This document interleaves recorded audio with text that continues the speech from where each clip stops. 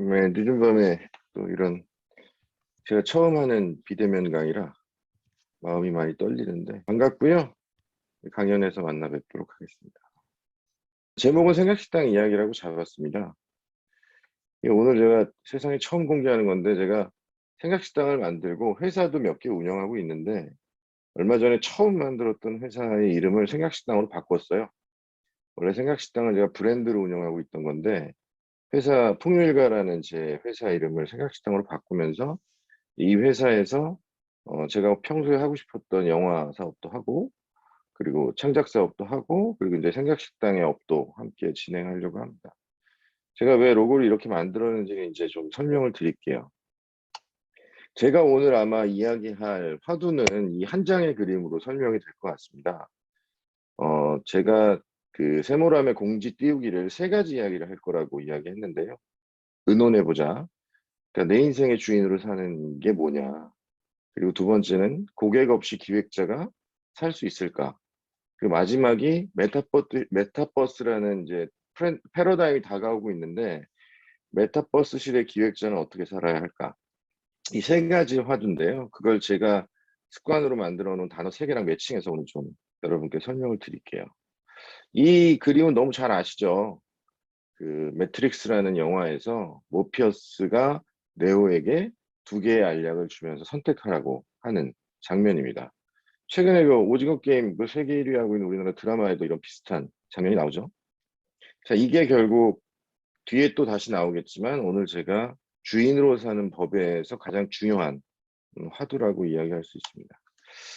자, 일단 간단하게 가볍게 좀 질문을 하고 시작하고 싶습니다. 생각, 제 책에도 나와 있는 단어고 생각이라는 게 어느 나라 말일까? 우리가 이런 거를 주의 깊게 생각하지 않습니다. 자, 제 책에도 적혀 있지만 단어에 대한 호기심이 결국은 통찰력을 기르는 가장 좋은 습관이거든요.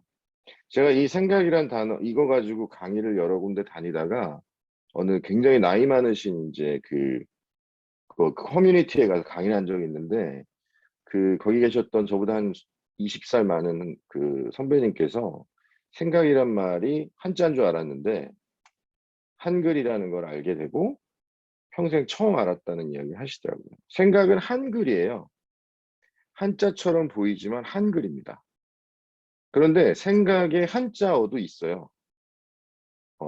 날생자에 그 뿔각자를 써서 그냥 우리 사슴뿔을 그냥 잘라낸 거, 살아있는 사슴의 뿔을 잘라낸 것을 생각이라고도 합니다. 저도 사실은 생각식당이라는 걸 만들고 나서 생각이 한글인 걸 알았어요. 근데 이제 로고를 만들어야 되는데 생각이 마치 살아있는 뿔이 아닐까, 우리 머릿속에서 살아있는 뿔이 아닐까라는 생각이 들어서 다른 뜻이지만 그 동음이어인 생각에서 모티브를 얻어서 제 그 여기 로고에 있는 이 뿔, 사슴뿔을 이제 제 로고로 만들게 됐습니다. 생각은 제가 정의할 때는 우리 머릿속에서 뿔처럼 계속 솟아나는 그런 무언신가가 아닌가 생각이 들고요. 제 친구에게 배운 건데 제 친구가 정의하는 생각은 과거의 나와 현재의 내가 미래를 놓고 대화하는 것이라고도 정의하기도 합니다. 어쨌든 생각이라는 걸 제가 그렇게 생각한다는 이야기를 먼저 공유드리고요. 이건 제가 좋아하는 영화 중에 그 국가부도의 날이라는 영화, 제 책에도 제가 이제 쿼트로 다 넣어놨던 그 영화 대사 중에 있습니다.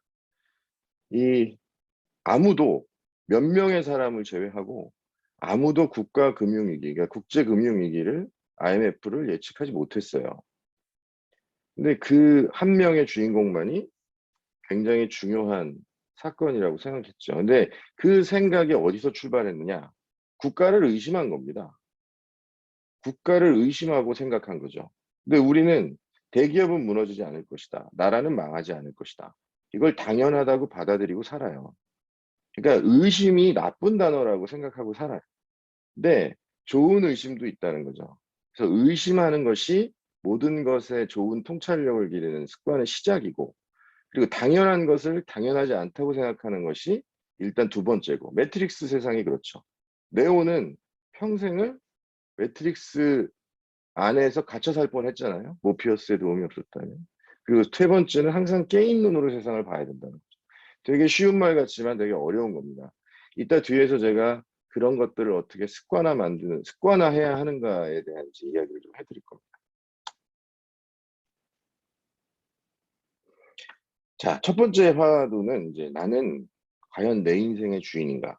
뭐 이런 거예요. 요즘 제가 이제 10년 공부 끝내고 이 책 내고 요즘 제가 가지고 있는 가장 큰 화두기도 합니다. 내가 정말 내 인생의 주인으로 살고 있는가? 그냥 나는 김우정이 아니라 누군가의 직원, 누군가의 사장, 아니면 누군가의 남편, 누군가의 아들, 이렇게 살고 있는 건 아닌가? 정말 내가 내 인생의 진짜 주인으로 살고 있는가에 대해서 고민하고 있어요. 여러분도 한번 생각해 보셨으면 좋겠어요. 그래서 이런 책의 제일 첫 챕터에 나오는 이야기죠. 제 책의 삼국지 이야기입니다. 근데 삼국지라고 하면 사람들이 한 가지만 생각하지만 사실 삼국지는 이런 거죠. 정사가 있고 소설이 있고 원래 삼국지를 만든 건 삼국지라는 실제 역사가 있죠. 위초고 삼국의 이야기입니다. 근데 아시다시피 위나라가 통일을 하게 되고 위나라의 사마이라는 사람이 자기 입장에서 진수라는 역사가를 시켜서 정사 삼국지를 편찬하게 돼요. 근데 진수가 정사 삼국지를 편찬한 게 2세기와 3세기 사이입니다. 그런데 놀라운 건 여러분이 지금 알고 있는 삼국지 이야기는 대부분 정사가 아니라 나관중이라는 사람이 쓴 소설이죠. 나관중은 명나라 때 사람이에요. 진수가 정사를 쓴 후, 1000년 후에 태어난 사람입니다. 1000년 후. 그러니까 진수는 위나라 때 사람이고 1000년이 지나서 나관중이라는 사람이 태어납니다. 정리해드리면 진수의 정사 삼국지는 팩트예요.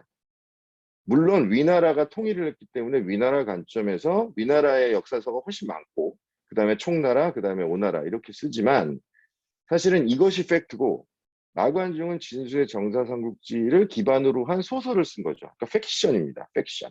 그런데 지금 우리가 알고 있는 대부분의 삼국지 이야기는 나관중의 이야기라는 거예요.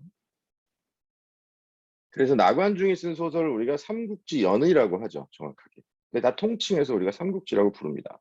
중요한 건 자, 나관중은 왜 그 정사를 그대로 옮기지 않고 소설을 그렇게 만들었을까요? 이걸 이제 오프라인에서 강의하면 딱 질문하고 재밌을 텐데 정답부터 말씀드리면 나관중은요 원래 직업이 소설가가 아니에요.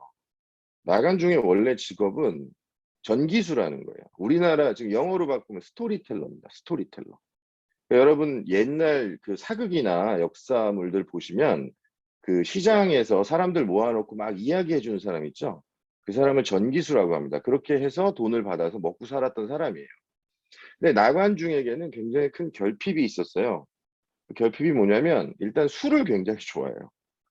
너무 술을 좋아해서 술값이 버는 것보다 더 많이 들어가는 사람이었어요. 요즘 말로는 뭐 한량 같은 거죠. 그러니까 그런 나쁜 결핍 습관이 있었는데 근데 어쨌든 잘하는 건 말하는 거예요. 우리 뭐 전문 용어로 구라를 잘 치는 거죠, 이 사람은. 근데 이 나관중이 처음에 너무 술이 먹고 싶은데 돈은 안 벌리고 하니까 삼국지 이야기를 조금 바꿔본 거예요. 여러분이 알고 계신 대표적인 도원결의 같은 사건입니다. 그러니까 유비관우 장비가 그러니까 복숭아꽃 아래서 결의를 맺었다. 한날 한시에 태어나지 못했지만 한날 한시에 죽겠다. 멋있잖아요. 근데 그런 건 정사에 나오지 않아요. 근데 이때 명나라 때는 이게 촉한 정통론이라고 해서 한족이 지배하는 나라니까 한족은 유씨의 나라거든요. 그러니까 유씨가 만든 유방이 만든 나라니까 그 위나라 중심으로 쓰여진 정사 삼국지가 아니라 총나라 중심으로 쓰여진 이야기를 사람들이 듣고 싶어하는 결핍이 있었던 거죠. 그걸 나관중이 알아챈 거예요. 근데 나관중이 그렇게 이야기를 하니까 돈을 많이 주고 술을 많이 사주는 거예요, 사람들이. 그러니까 점점 거짓말이 늘어난 겁니다. 그래서 계륵이라는 사건도 나오고 삼고초려라는 사건도 나오고 정사에서 모티브만 얻어서 거기에 계속 MSG, 우리로 치면 지금 MSG죠. 계속 MSG를 쳐서 이게 인기를 엄청나게 끌어요. 장안에서. 이 책이 결국 책으로까지 편찬하게 된 거죠. 그런데 자 나관중이 지금으로부터 1000년, 그러니까 1400년 전에, 700년 전에 결국은 연희를 집필했는데 700년이 지난 지금 전 세계의 사람들은 진수의 삼국지가 아니라 나관중의 이야기를 사실로 믿고 있다는 거예요. 자, 무엇이 진실인가? 여러분이 한번 생각해 보셨으면 좋겠습니다. 그래서 저는 세계 최고의 스토리텔러는 나관중이라고 생각해요. 전 세계 사람들에게 자기가 만든 이야기, 역사를 바꿔서 자기가 만든 이야기를 진짜처럼 믿게 했으니까. 이게 나쁜 건지 좋은 건지는 저한테는 중요하지 않아요. 지금 우리가 믿고 있다는 것이 중요한 거예요. 자, 제가 그래서 책에도 써놨지만 이 나관중의 결핍, 여러분 별거 아니에요, 결핍이. 술 좋아하면 그게 결핍이죠, 그죠? 이걸 끊지 못하니까요. 그 결핍이 결국 죽여주는 생각을 만들었어요. 술을 먹고 싶어서 자기가 잘하는 걸 활용하게 된 거예요. 그러면 그 죽여주는 생각이 뭘 바꿨죠? 세상을 어떻게 바꿨죠? 거짓말을 진짜처럼 믿게 한 거예요. 결국 결핍으로부터 출발한다는 게 제 생각입니다. 자, 결핍에 대한 그래서 얘기를 할 거예요. 이 결핍은 습관 만들기, 통찰력을 기르는 습관 만들기 첫 번째 단계입니다. 결핍이 무슨 뜻일까요? 결핍은 불편함을 해결하는 거예요. 그러니까 결핍은 불편한 거예요. 여러분 지금 줌 회의 하시면서 불편한 거 되게 많죠. 왜 나만 얘기할까? 여러분 얘기 못할까? 아, 왜 우리는 만날 수 없을까? 뭐 이런 여러 가지 결핍들이 있잖아요. 그 결핍이에요. 제 책에도 나오는 간단한 얘기예요. 결핍에서 가장 대표적인 사건. 이노우에라는 일본 사람입니다. 여기 사진에 나오는 사람이. 이 이노우에는 일본에서 야간 경비를 쓰던 경비원이었어요. 1900년대 초반에 살던 사람인데요. 이분이 겨울에 경비를 쓰는데 춥잖아요. 그러니까 난로가 있고 그 경비실에 이제 난로를 켜놓으면 건조해집니다. 그래서 그 좀 습하게. 근데 이 이노우의 결핍이 뭐냐면 굉장히 센서티브한 사람이에요. 우리 친구들 중에 굉장히 센서티브한 사람들 있죠. 뭐 거짓말을 아니 이게 농담을 농담으로 못 받아들여요. 그런 되게 예민한 성격의 소유자예요. 그래서 이 이노우에가 잠을 자는데 이 주전자에 물이 끓으니까 덜그럭거리는 거예요. 그 소리에 잠을 못 이뤄서 열이 받아가지고 일어나서 송곳을 들고 주전자를 찍은 거예요. 애꿎은 주전자를 찍었어요.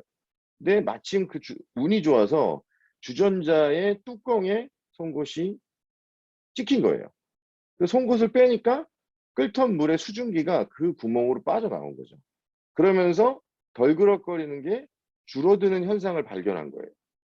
그리고 특허를 냈어요. 여러분 이런 주전자 다 써보셨거나 주변에서 보셨죠?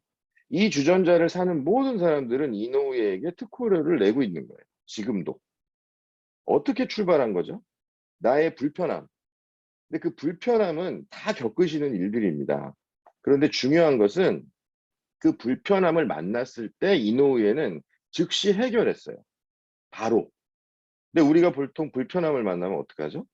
우리는 불편함을 만나면 잠시 덮어두거나 애써 외면하거나 둘러서 피해갑니다.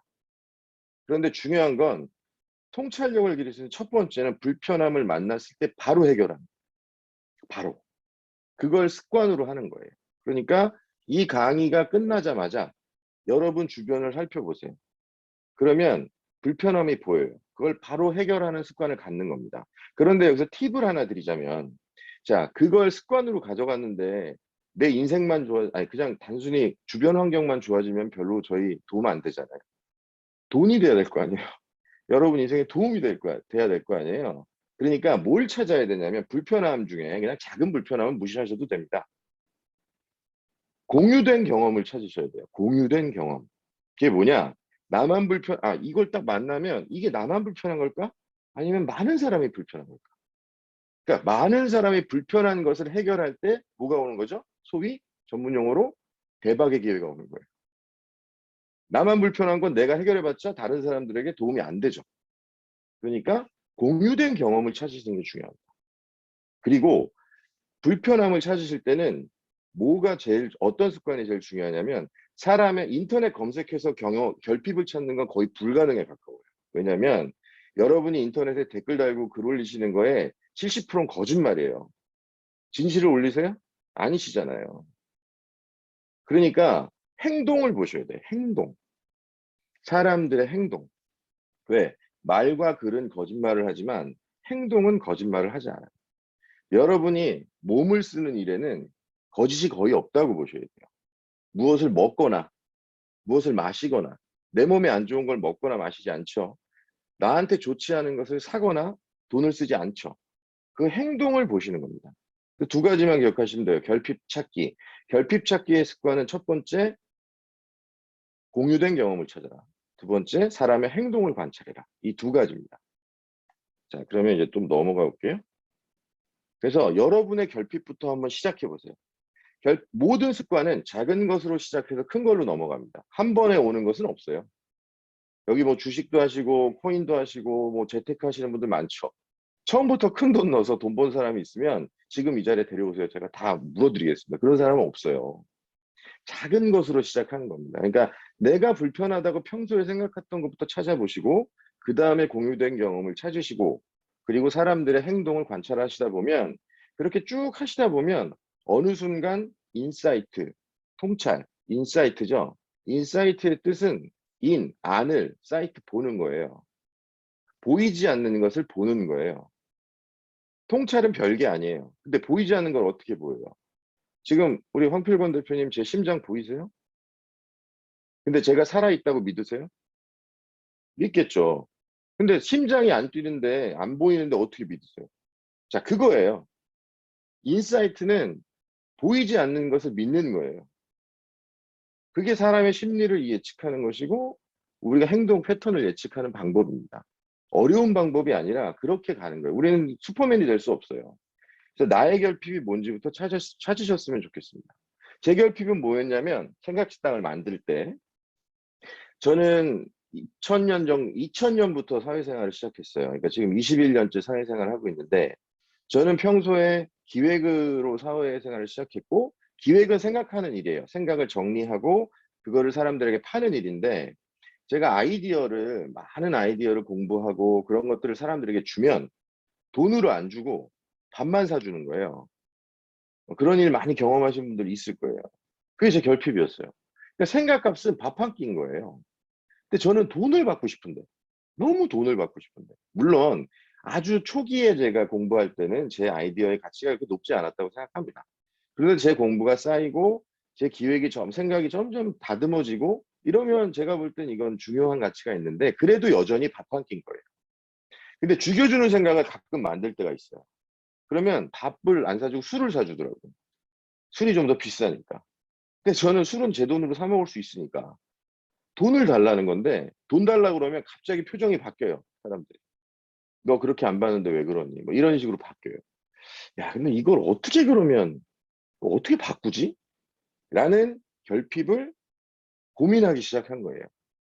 그러다가 어떤 일이 벌어졌냐면 제가 더 늦으면 영화를 못 하겠다. 내가 원래 영화업을 하고 싶은데 영화를 만드는 사람이 되고 싶은데 그래서 3년 전에 운영하던 회사를 오래 일한 직원에게 물려줬어요. 여러분, 물려주는 것의 본질은 월급을 받지 않는 거예요. 그죠?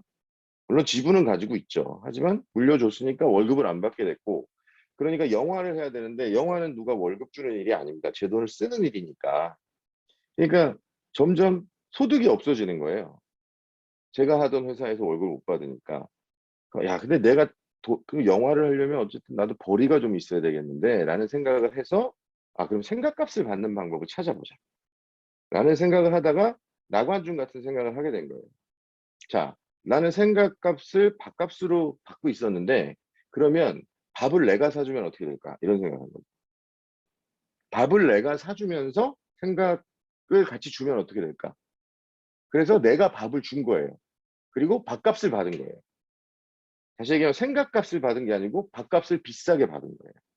그게 이제 제 생각식당 메뉴에도 남아있는 1시간에 77,000원이라는 가격을 책정하게 돼요. 그냥 책정한 것이 아니라 자, 생각값으로 돈 버는 직업이 몇 개 있습니다. 대표적으로 변호사가 있어요. 여러분, 변호사가 지식을 파는 게 아닙니다. 법전을 공부해서 그 법전에서 해석한 걸 가지고 돈을 버는데 상담료를 받죠. 법적으로. 변호사의 상담료가 평균 1시간에 10만 원이에요. 그리고 근데 제가 변호사보다 비싸게 받으면 사기꾼이라고 그러겠죠. 저는 자격증이 없으니까. 그리고 제가 또 조사해 봤더니 생각값으로 돈을 버는 굉장히 유명한 직업이 바로 점쟁이죠. 점쟁이. 점쟁이들이 복채를 받습니다. 점쟁이도 결국 생각을 파는 거죠. 그래서 점쟁이의 1시간 복채가 보통 5만 원이에요. 그러면 나는 중간 정도 받으면 되겠다. 그래서 7만 7천 원을 책정한 거예요. 그렇게 하고 1시간 반이면 11만 원을 받고 30분이면 뭐 이렇게 이제 책정을 하기 시작했더니 어느 날 이제 손님들이 몰려오기 시작합니다. 근데 손님들이 몰려오게 된 계기는 이걸 열었기 때문이 아니에요. 이걸 알렸기 때문인데 굉장히 운이 좋았어요. 제가 이 생각식당의 기획을 주변에 한 3개월 정도 타진하고 물어보고 다니면서 사람들에게 소문이 났어요. 아, 김 대표가 이제 새로운 걸 하려고 한다. 근데 그 이야기를 여기 한국일보에 계신 이윤주 기자님이 전해 들은 거예요, 지인에게. 되게 독특하다. 근데 기자님들도 사실 생각값을 받고 있는 사람들이에요. 글 써서. 글값으로 먹고 사시는 분들인데, 아, 나도 그런 생각이 있었는데 한번 만나보자라고 연락이 온 겁니다. 그래서 인터뷰를 하게 된 거예요. 식당을 열기 전에. 식당을 제가 2018년 6월에 열었는데 기사가 먼저 나갔어요. 기사가 나가고 생각식당이 오픈된 거예요. 근데 이 기사가 공유가 수백 회가 되고 조회수가 수천 회가 되면서 소문이 난 거죠. 그리고 나서 손님들이 몰려오기 시작했고 여기 옆에 보시는 조선일보에도 기사가 나게 됐고 연합뉴스에도 나게 됐고 그다음에 그 연합뉴스 TV랑 인터뷰도 하게 되고 그다음에 라디오도 나가게 되고 이러면서 제 생각이 소문에 소문을 나면서 사람들이 몰려오기 시작한 겁니다. 그래서 한 지금까지 300분 정도의 손님이 다녀가시고 지금의 책까지 내게 된 겁니다. 그럼 뭐가 바뀌었을까요? 저는 저의 결핍을 찾았고 그 결핍을 해결하려고 행동했고 그래서 이 생각식당을 만들었고 책까지 냈어요. 뭐가 바뀌었을까요? 첫 번째 수입이 바뀌었죠. 수입이 바뀌었죠. 제가 돈 때문에 시작했다고 그랬잖아요. 이 생각값을 받겠다. 수입이 늘었겠죠. 당연히 늘었습니다. 두 번째, 저를 바라보는 인식이 바뀌었어요. 원래 저는 작은 중견 마케팅 회사를 하는 작은 중소 마케팅 회사를 하는 중소기업 사장이었어요. 그런데 거기서 벗어나서 아, 이 친구는 생각값을 받는 걸 우리나라에서 거의 처음 했어라는 인식으로 바뀌었죠. 이 사람 괜찮은 것 같아 라는 인식이 바뀌었죠. 근데 그 두 수입과 인식은 여러분도 충분히 바꿀 수 있어요. 뭘 하셔도. 그런데 제가 제일 크게 바뀐 게 뭐냐면 제 태도예요. 생각을 대하는 저의 태도. 그러니까 저는 이날 이후에 이 생각식당을 연 이후에 함부로 아이디어를 주지 않고 함부로 말을 많이 하지 않아요. 왜? 내가 이제 돈을 받기 시작했기 때문에 그 돈은 함부로 벌면 안 된다는 생각이 든 거예요. 그러니까 내가 생각을 바라보는 태도가 바뀌었어요.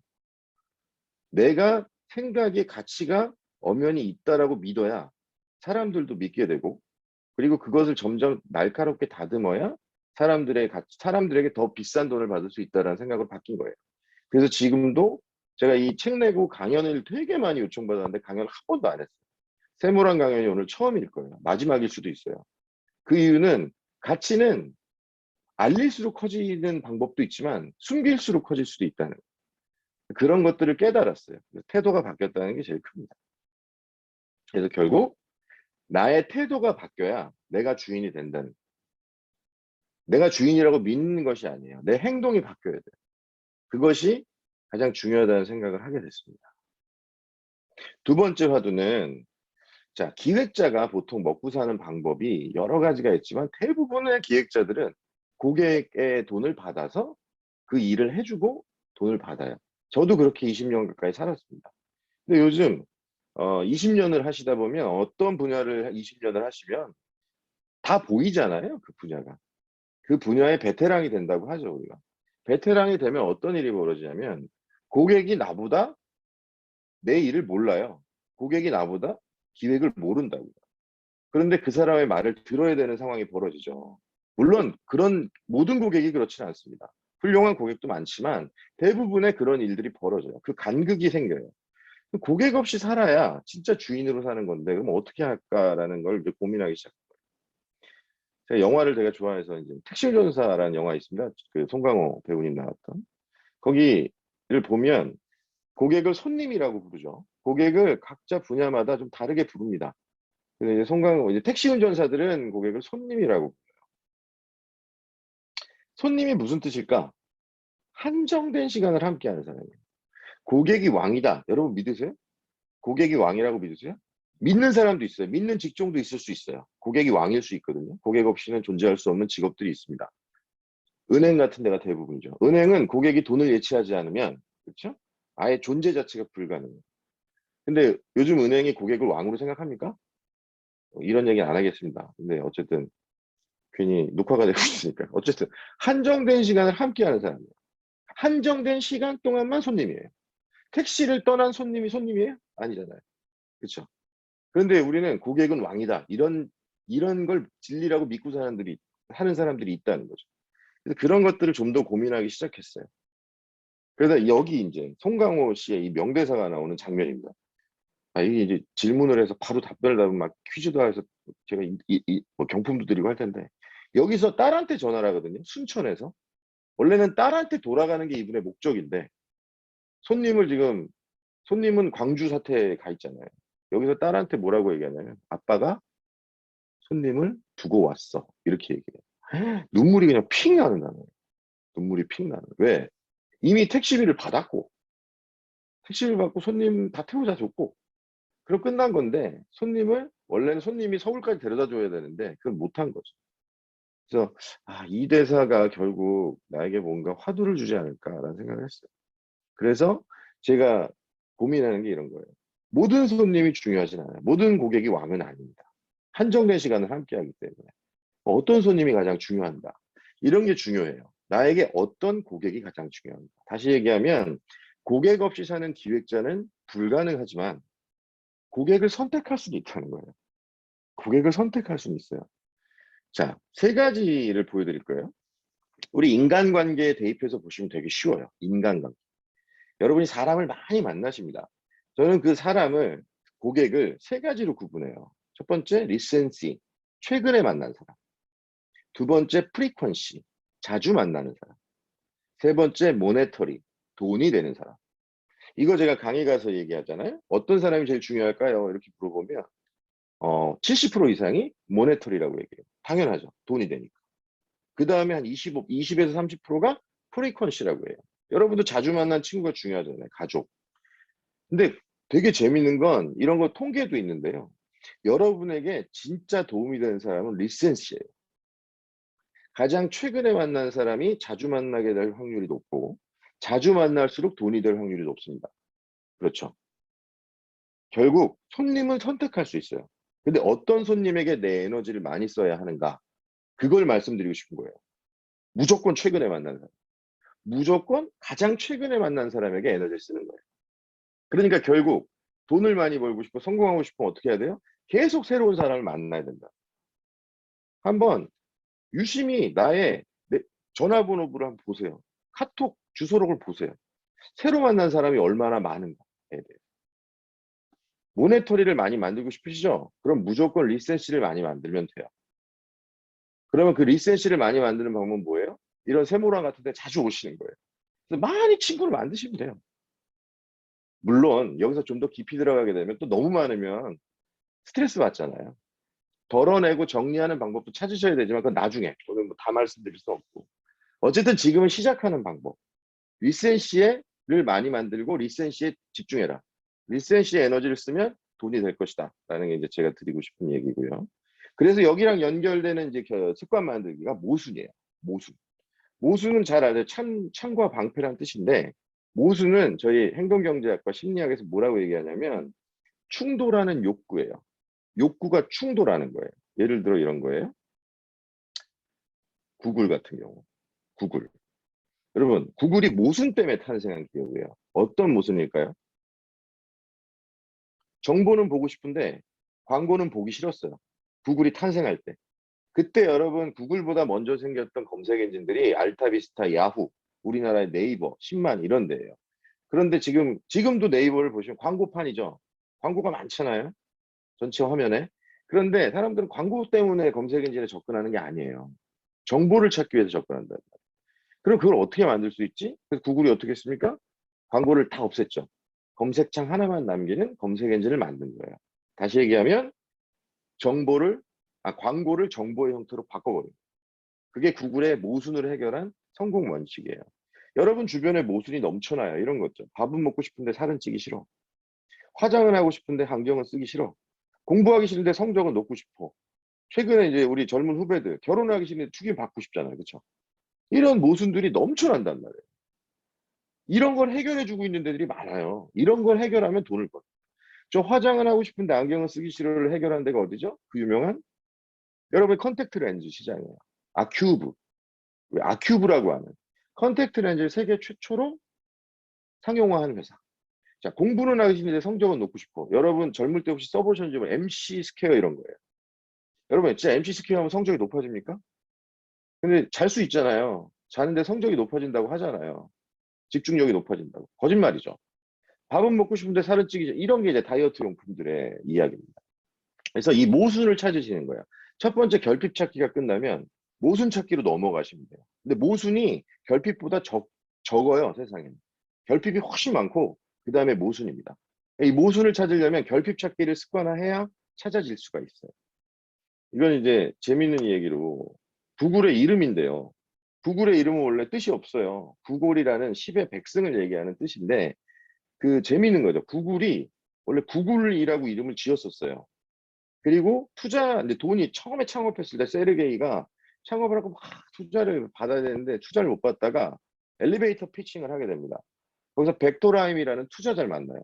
이 벡토라임이 설명을 들으니까 괜찮다. 근데 내가 지금 시간이 없으니 백지 수표를 써줄게. 아니 수표를 써줄게. 그리고 수표에 10만 달러를 적어서 줬어요. 근데 여기서 벡토라임이 오타가 난 거예요. 왜? 구글은 수학 용어잖아요. 이런 투자자들이 익숙하지 않은 용어예요. 그러니까 아니 원래 구골이죠. 구골이 10의 백승인데 구골을 구글이라고 써버린 거예요. 그러면 이 수표는 어떻게 될까요? 못 찾아요. 회사 이름하고 다르니까. 그렇죠? 그래서 여기서 세르게이가 고민을 합니다. 레리 페이지하고 세르게이가 자, 회사 이름을 바꿀 것인가? 다시 찾아가서 수표를 다시 써달라고 할 것인가? 근데 이걸 다시 찾아가서 수표 써달라고 그러면 어떡할까요? 귀찮아서 안 써주겠죠. 그러니까 어떻게 했어요? 회사 이름을 바꿨어요. 지금 10만 달러 찾으려고, 1억 정도 찾으려고. 어. 이름이 중요해요? 여러분 지금 구글의 이름이 중요해요? 하나도 중요하지 않습니다. 그런 거예요. 여러분 이름 되게 중요하게 생각하시는 분들이 많죠. 이름은 여러분에게 중요한 거예요. 고객에게 중요한 건 아니에요.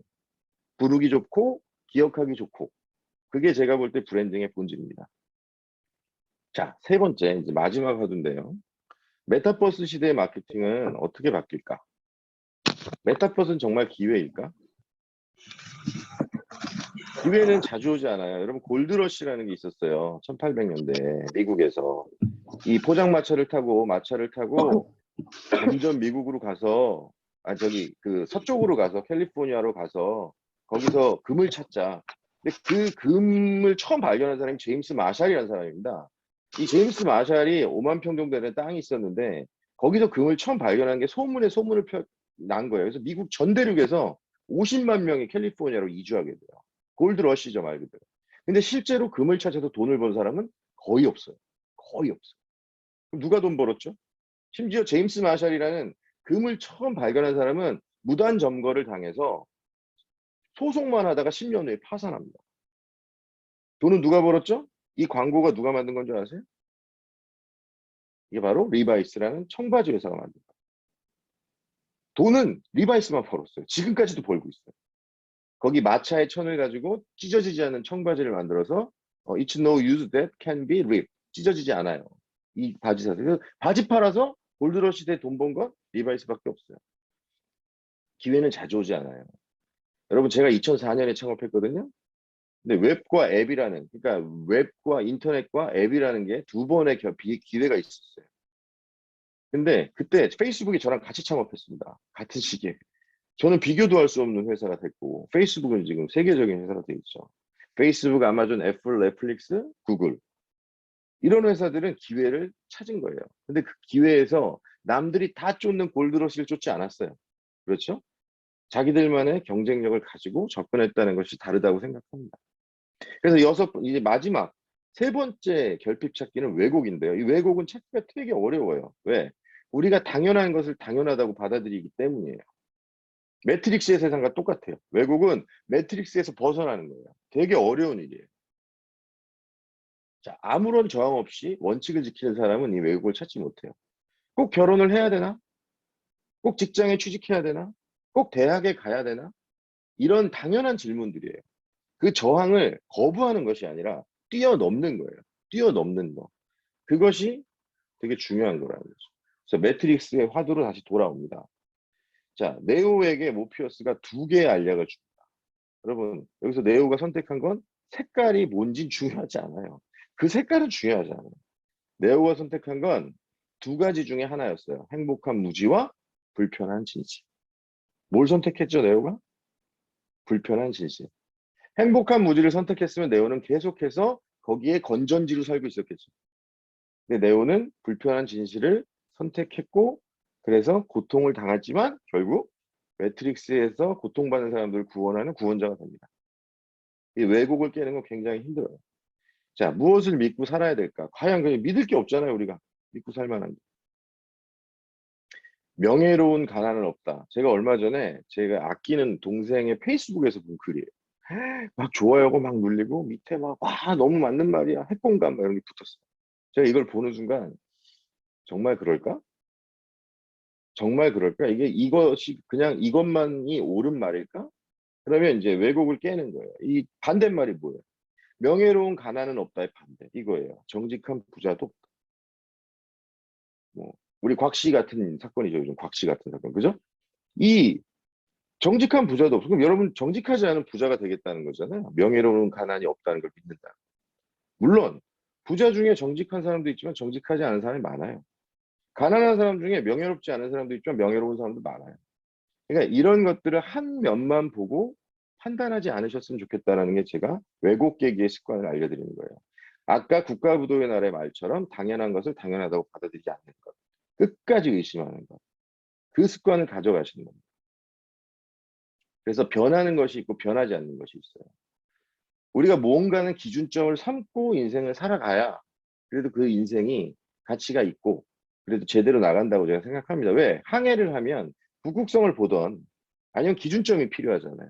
오늘 한 가지를 알려드릴게요. 여러 가지의 변하지 않는 기준이 있지만 그 중에 한 가지 제가 믿고 사는 걸 하나 말씀드릴게요. 바로 손자병법에 나오는 도천지장법이라는 손자병법의 13개인가 그렇습니다. 도천지장법. 사업을 하건 일을 하건 직장을 선택하건 결혼을 하건 이 뜻대로 이 순서대로 가면 별로 실패하는 경험이 없어요, 저는.